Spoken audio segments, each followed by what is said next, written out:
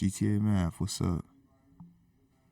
Today we're going to do something that's a big foundation of math, and that's learning how to multiply negative numbers. So just to keep it simple, for this example in this video, we're going to work with these two problems. So the first one at the top, we have a -3 in parentheses, and we got a 2 being distributed in, and then we have a +5.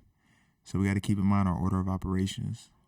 PIM, I'm just going to spell it out. Please excuse my dear Aunt Sally, which is an acronym for the different orders of operations in math. P stands for parentheses. We have parentheses here where it's underlined.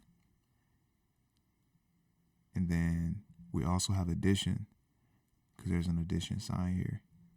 So what we're going to do is distribute, which kind of ties into the multiplication part. So the first thing we're going to do is we're going to take this 2 and multiply it by this -3.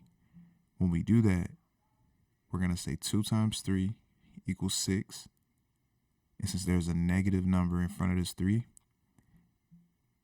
we're going to have -6. And then this is going to be +5.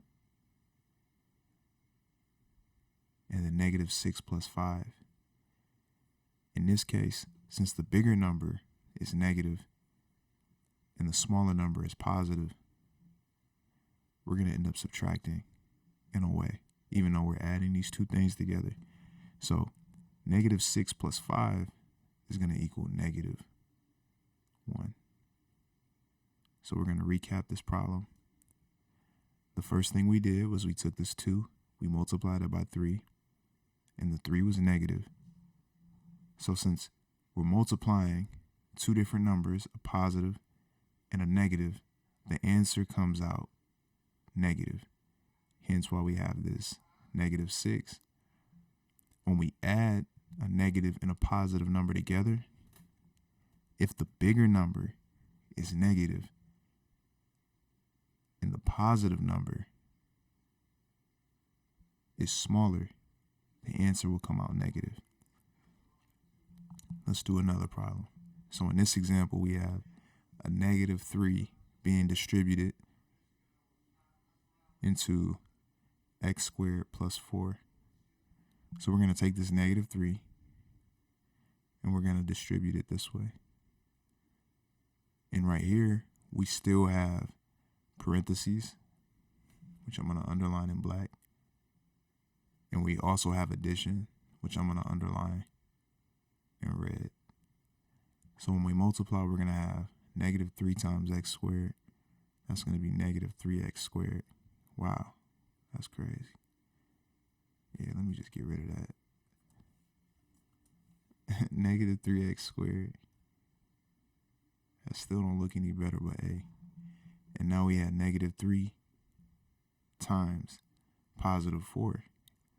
So when you multiply a positive and a negative number together, the answer will come out negative. So here, we're going to have -12 because 3 times 4 is 12. We're going to keep the negative sign and we're going to bring it here. And this becomes our answer.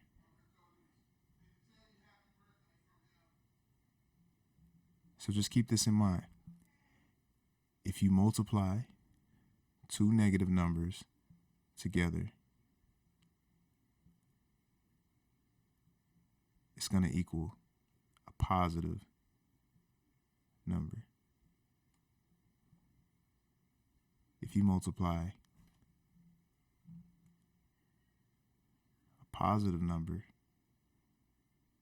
and a negative number, even though I said that completely backwards, you're going to end up with a negative number.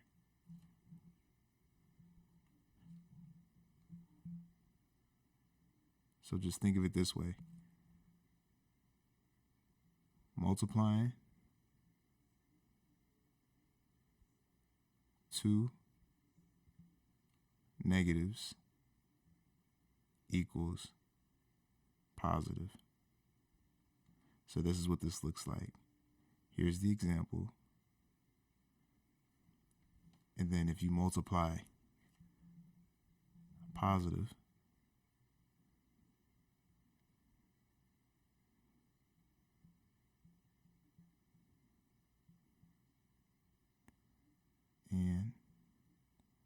a negative, it equals a negative number. Here's the example. So, if it doesn't make sense, just think about it this way. If you have two negative numbers being multiplied together, the answer is going to come out positive.